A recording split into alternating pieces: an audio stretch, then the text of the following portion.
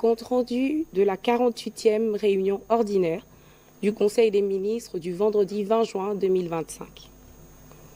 Son Excellence, Monsieur le Président de la République, chef de l'État, Félix-Antoine Tshisekedi Tshilombo, a présidé ce vendredi 20 juin 2025 à la Cité de l'Union africaine, à Kinshasa, la 48e réunion ordinaire du Conseil des ministres du gouvernement de la République. 4 points étaient à l'ordre du jour, à savoir du point 1, la communication du chef de l'État, Son Excellence Monsieur le Président de la République, chef de l'État.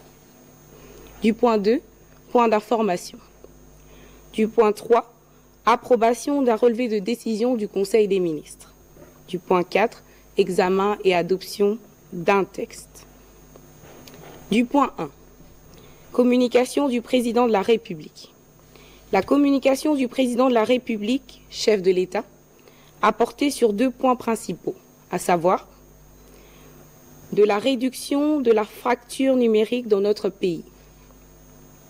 Le Président de la République reste déterminé à consolider le processus de réduction de la fracture numérique en République démocratique du Congo.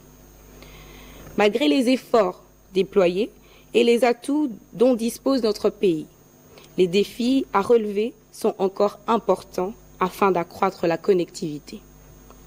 En 2023, seuls 30,79% des Congolais avaient accès à l'Internet mobile et moins de 0,02% bénéficiaient d'un accès fixe, selon l'Autorité de régulation de la poste et des télécommunications du Congo, la RPTC en sigle.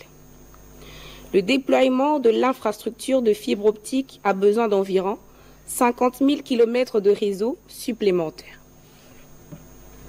Dans ce contexte, le Président de la République a estimé que des projets de connexion satellitaire, tels que l'accord avec Monacosat ou encore le déploiement de Starlink, qui s'inscrivent dans le cadre du Plan national du numérique, Horizon 2025, visant à contourner les contraintes d'infrastructures physiques et ainsi à combler plus vite ce retard, ne doivent pas souffrir d'une mise en œuvre lente à la suite des barrières légales et réglementaires et ou à la faisabilité des investissements dans ce domaine.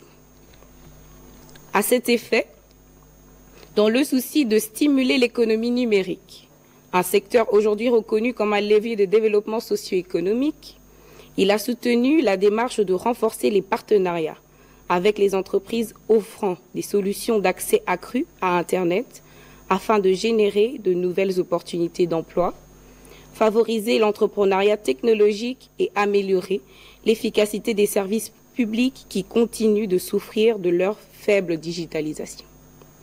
Raison pour laquelle le Président de la République a engagé le gouvernement, à travers les ministères directement concernés, sous la coordination de la Première ministre, avec l'appui de son cabinet, à redoubler d'efforts pour réduire la fracture numérique de notre pays, en rendant l'Internet accessible à une plus grande partie de la population, notamment dans les régions isolées, au moyen des partenariats avec les promoteurs des projets satellitaires susceptibles de redéfinir la place de la RDC dans l'économie mondiale.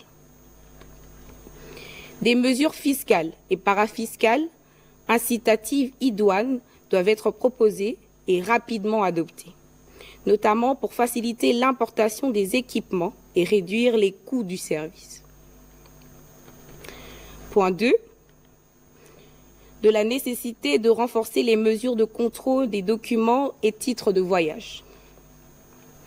Face à la recrudescence des menaces sécuritaires liées à la mobilité transnationale des groupes terroristes, le Président de la République tient au renforcement du contrôle des documents et titres de voyage qui apparaît comme une priorité majeure pour tout État soucieux de garantir la sûreté de son territoire.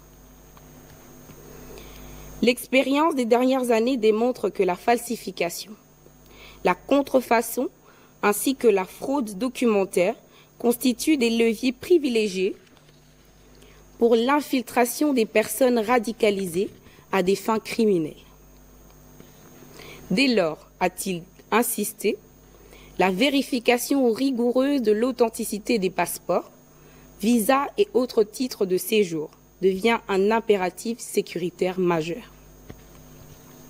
Dans ce cadre, le gouvernement américain a interdit aux ressortissants de 12 pays l'entrée aux États-Unis pour protéger le pays de terroristes étrangers, selon un document publié le mercredi 4 juin par la Maison-Blanche. Par ailleurs, un groupe de 7 pays, dont plusieurs en Afrique, se voit imposer des restrictions partielles de visa. Au regard des dernières mesures annoncées par les États-Unis d'Amérique, classant la République démocratique du Congo parmi les pays de la zone jaune, avec un délai de 60 jours pour corriger des faiblesses dans les systèmes de contrôle de documents ou coopération dans les procédures de retour. Le président de la République a insisté sur la nécessité de prendre des mesures correctives, concrètes, pour éviter les risques de voir notre pays basculer vers une interdiction totale de visa américain. Ce qui pourra affecter naturellement les échanges universitaires, la mobilité estudiantine et le développement économique. Au regard de ce qui précède, il a appelé une mobilisation gouvernementale rapide et crédible pour éviter des conséquences diplomatiques et économiques lourdes. Dès lors, sous la supervision de la Première ministre, le président de la République a engagé le vice-premier ministre, ministre de l'Intérieur, Sécurité, Décentralisation et Affaires coutumières, la ministre d'État, ministre des Affaires étrangères, Coopération internationale et francophonie, ainsi que tous les services concernés à prendre des mesures idoines ci-après. Renforcer la sécurité et la fiabilité des documents d'identité et passeports avec des normes biométriques et anti-falsification. Améliorer la lutte contre la fraude au visa à travers notamment la vérification rigoureuse, les bases de données sécurisées et la coordination diplomatique. Accroître la collaboration dans les procédures de rapatriement, notamment en acceptant promptement les ressortissants en situation irrégulière dans les différents pays. Fournir un plan d'action crédible montrant l'engagement du gouvernement à corriger les lacunes identifiées et à renforcer le contrôle des documents et titres de voyage pour participer à la défense du territoire national, à la protection des populations ainsi qu'à la préservation de la stabilité régionale et internationale. Point 2. Point d'information. Point 2, alinéa 1. État et administration du territoire. Le vice-premier ministre, ministre de l'Intérieur, Sécurité, décentralisation et affaires coutumières, a présenté au Conseil le rapport sur l'État et l'administration du territoire national. Au cours de la semaine qui s'achève, l'état d'esprit de la population demeure calme et a été marqué par les commentaires et réactions de la population en sens divers relatives à l'information faisant état de l'annoncement du gouvernement américain conditionnant la signature de l'accord RDC-Rwanda au retrait préalable des militaires rwandais du sol congolais. Les commentaires et réactions de la population au sens divers au terme de la conférence des gouverneurs de province tenue à Kolwezi dans la province de Lualaba. Au sujet de l'insertion de la RDC sur la liste orange, les pays africains dont les ressortissants sont menacés d'interdiction de visa d'accès sur le sol américain, le vice-premier ministre, ministre de l'Intérieur, Sécurité, décentralisation et affaires coutumières, a souligné avoir décidé, avec la ministre d'État, ministre des Affaires étrangères, Coopération internationale et francophonie, de la mise sur pied d'un cadre de concertation avec les États-Unis d'Amérique pour renforcer la collaboration entre les services et l'ambassade américaine. Dans le chapitre de la sécurité, il a fait état de la province du Nord Kivu, de 289 cas d'assassinat et d'exécution sommaire, 102 cas de viol, plus de 270 cas de torture corporelle, de centaines de personnes disparues, ainsi que des milliers de cas de recrutement forcé, d'arrestations arbitraires dans les conditions inhumaines. et des pillages ont été enregistrés entre le 9 mai et le 16 juin 2025 dans les zones sous occupation. Sur le banditisme et la criminalité, il a fait savoir que l'opération Ndobo se poursuit. Les résultats sont encourageants dans les provinces déjà couvertes. Quelques cas de catastrophes et sinistres ainsi que les mesures y afférentes ont également fait objet du rapport présenté par le vice-premier ministre, ministre de l'Intérieur, Sécurité, décentralisation et affaires coutumières, et qu'il a terminé par la situation aux frontières. Le Conseil a pris acte du point 2, alinéa 2, situation sécuritaire. Le vice-ministre de la Défense et ancien combattant a informé les membres du Conseil de la situation sécuritaire et des opérations de défense sur terrain. Il a aussi informé de l'acquisition par l'état-major général des FARDC des avions de transport destinés à faciliter les inspections sur les différents théâtres d'opération. Il contribue également à renforcer le rapprochement de la chaîne de commandement opérationnel et à assurer un suivi renforcé de l'évolution des manœuvres des FARDC sur le terrain. Présentant la situation particulière des quelques provinces, il a mis en exergue la poursuite de la traque des groupes armés, Codeco, Zaïre, CRP et autres dans la province de l'Ituri. Le Conseil a pris acte de ce rapport. Du point 2, alinéa 3, évolution de la situation récente sur le marché des changes ainsi que des biens et services. Intervenant comme invité, la gouverneure de la Banque centrale du Congo a évoqué les développements de la conjoncture économique de la République démocratique du Congo. Il en ressort que la situation économique intérieure est restée globalement stable, aussi bien sur le marché des biens et services, marqué par une évolution maîtrisée du niveau général des prix, que sur celui des changes, caractérisé par une stabilité du taux de change. Au cours de la deuxième semaine de juin 2025, le taux d'inflation hebdomadaire s'est quasiment maintenu à son niveau de la semaine précédente, soit 0,17%, contre 0,16%.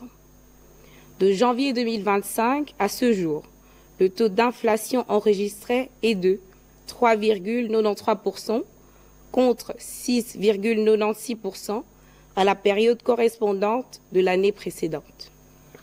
Au 13 juin 2025, le taux de change se sont établis respectivement à 2854,56 CDF et 2868,22 CDF. Le dollar américain sur le marché interbancaire est au parallèle.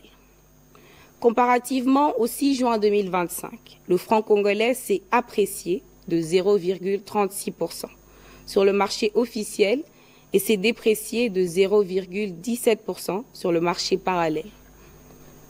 Par rapport à fin décembre 2024, la monnaie nationale s'est dépréciée de 0,32%, l'indicatif est de 0,05% au parallèle. La gouverneure de la Banque centrale du Congo a formulé une série de recommandations pour diversifier la base productive, renforcer la résilience économique et soutenir une croissance économique durable et pro-pauvre. Le Conseil a pris acte de ce rapport. Du point 2, alinéa 4, situation épidémiologique. Le ministre de la Santé publique, Hygiène et Prévoyance sociale a fait le point de la situation épidémiologique en République démocratique du Congo, essentiellement liée au Mpox et au choléra. Par rapport à la semaine passée, la tendance du Mpox à la 23e semaine épidémiologique est marquée par une diminution des cas suspects passant de 745 à 599. Du début de l'année 2024 jusqu'à la 23e semaine 2025, le cumul est de 84 889 cas suspects, dont 23 145 cas confirmés. Sur le plan de la prévention, Depuis le début de la vaccination jusqu'à ce jour, le cumul de personnes vaccinées est de 603 172 et avec l'appui de l'UNICEF, la vaccination a repris dans quelques zones de santé de Lingwala et Ntsele dans la ville de Kinshasa. Pour ce qui est du choléra, la tendance à la 23e semaine épidémiologique est marquée par une baisse du nombre des nouveaux cas de choléra, passant de 1527 à 1093 cas suspects, dont 37 décès, soit une létalité de 3,2% contre 2,7% à la 22e semaine. Depuis le début de l'année 2025 jusqu'à la 23e semaine épidémiologique, le cumul de cas suspects est de 29 392, dont 620 décès. Le ministre de la Santé publique, Hygiène et Prévoyance sociale a rassuré que le dispositif de riposte est opérationnel. Le Conseil a pris acte de ce rapport. Du point 2, alinéa 5, note d'information relevant du secteur de l'agriculture. Le ministre d'État, ministre de l'Agriculture et Sécurité alimentaire, a informé le Conseil de la signature du mémorandum d'entente pour le renforcement de coopération agricole entre la République populaire de la Chine et la République démocratique du Congo. Il a pour objectif de se baser de l'expérience de 5000 ans de civilisation agricole de la Chine qui, avec une population évaluée à près d'1,4 milliard, a atteint une sécurité alimentaire fiable et garantie. De favoriser la création des entreprises entre deux pays, de promouvoir le développement du secteur agricole et surtout de nouvelles formes d'affaires pour une diversification des produits agropastoraux. De faciliter les échanges commerciaux des produits agricoles entre notre pays et la Chine, rendant effective la faisabilité de l'accord d'achat des produits agricoles par la société Modern Agriculture Trading SARL et Yunnan Region Wonxian Agriculture Group.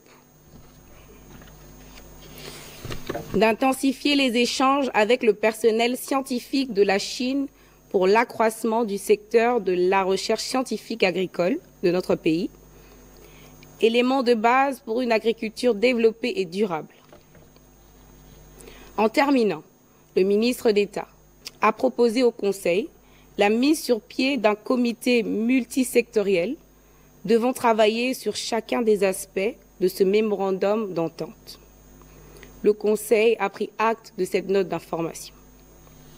Du point 2, alinéa 6, note d'information relevant des mines. Le ministre des Mines a pour sa part présenté aux membres du Conseil une note consacrée à l'évaluation de la situation opérationnelle, managériale et sociale de la SACIM et les mesures d'encadrement pour sa relance. Implantée à Miabi, dans la province du Kasaï oriental. La SACIM est caractérisée par une crise profonde qui menace sa survie, malgré une production mensuelle avoisinant les 250 000 carats de diamants. Cette situation découle principalement de contraintes réglementaires illégalement prises avant l'avènement de l'actuel gouvernement. Le problème majeur qui entravait l'émergence de cette société était la restriction de la commercialisation de son diamant.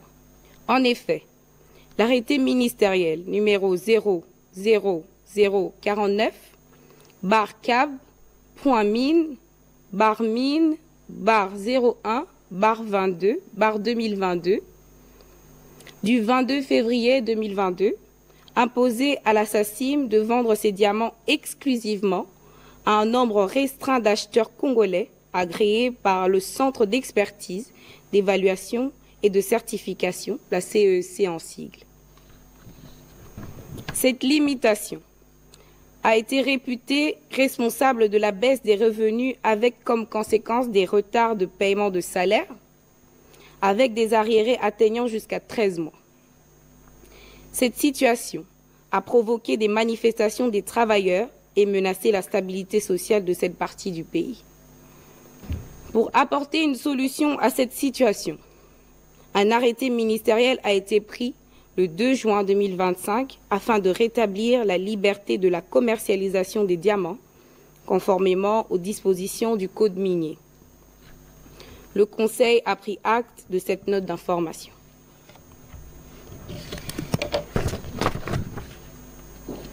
Du point 2, alinéa 7, note d'information relevant de la formation professionnelle. Le ministre de la Formation professionnelle a présenté au Conseil une note d'information à 3 volets.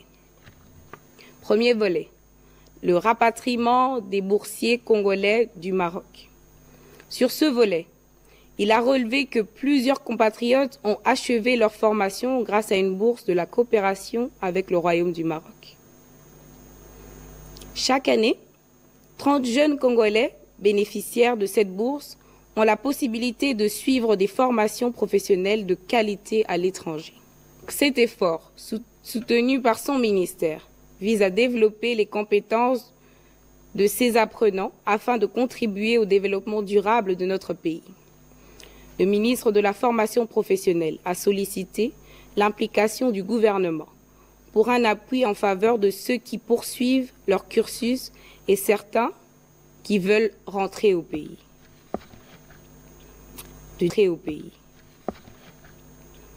Du deuxième volet, report de l'organisation des épreuves certificatives nationales. S'agissant du report de l'organisation des épreuves certificatives nationales, le ministre de la Formation professionnelle a fait savoir que cette situation est liée aux problèmes techniques et logistiques pour lesquels il a sollicité la diligence du gouvernement afin que ces épreuves se tiennent à bonne date. Le troisième volet, fermeture des centres de formation professionnelle pour non-viabilité. À ce sujet, il a rappelé plusieurs centres de formation ont été créés par le passé pour le compte de l'État et d'autres ont obtenu des agréments par des arrêtés ministériels. Cette politique, qui avait pour finalité de combler le vide infrastructurel de l'État, a été malheureusement détournée par certains compatriotes. Pour y faire face, un contrôle de viabilité des centres de formation professionnelle a été initié du 21 au 31 août 2024, essentiellement à Kinshasa. Et le constat est très amer. Des mesures urgentes ont été prises, à savoir le renforcement des conditions d'obtention d'agrément, l'institution d'une commission d'agrément composée des délégués de la présidence, de la primature, du ministère de l'Intérieur, du ministère de la Justice et des services du ministère de la Formation professionnelle. Le ministre de la Formation professionnelle a sollicité du gouvernement la prise d'acte du rapport présenté par l'Inspection générale de la formation professionnelle et de la fermeture de quelques centres de formation professionnelle non viables. Le Conseil a pris acte de cette note d'information. Au point 3, approbation d'un relevé de décision.